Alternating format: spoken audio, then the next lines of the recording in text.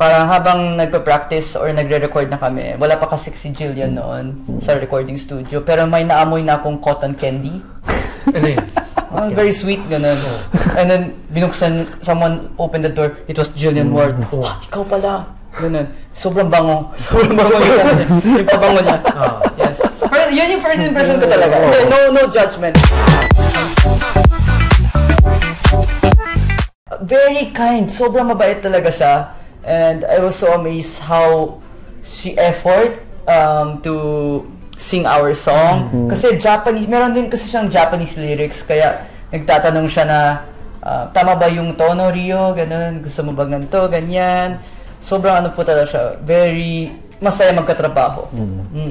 Her voice. Actually, before nag-collab kami, kami po mismo na gusto talaga namin si Jillian Ward kasi we were checking Instagram, tapos nakita namin si Jillian Ward nasa Japan.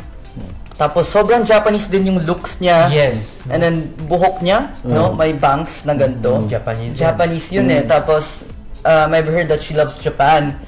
Tapos nung sinearch namin yung name niya sa YouTube, kumakanta din siya. Yung mga old songs kasi mahilig siya mag-old songs cover. Yung Soledemo is title, meaning is English, even though. Kahit na. Yung ano po, that message is express power of love and unyielding spirit for kahit anong situation, kahit anong relationship, kahit anong word, ganun po. Kahit madaming challenges, difficulties, we will still fight for our love. Ganun po yung kanta niya. Yes. I think kahit sino naman po meron ganito. Like, it's not just a normal love between boy and girl. Meron din sa family, kapatid.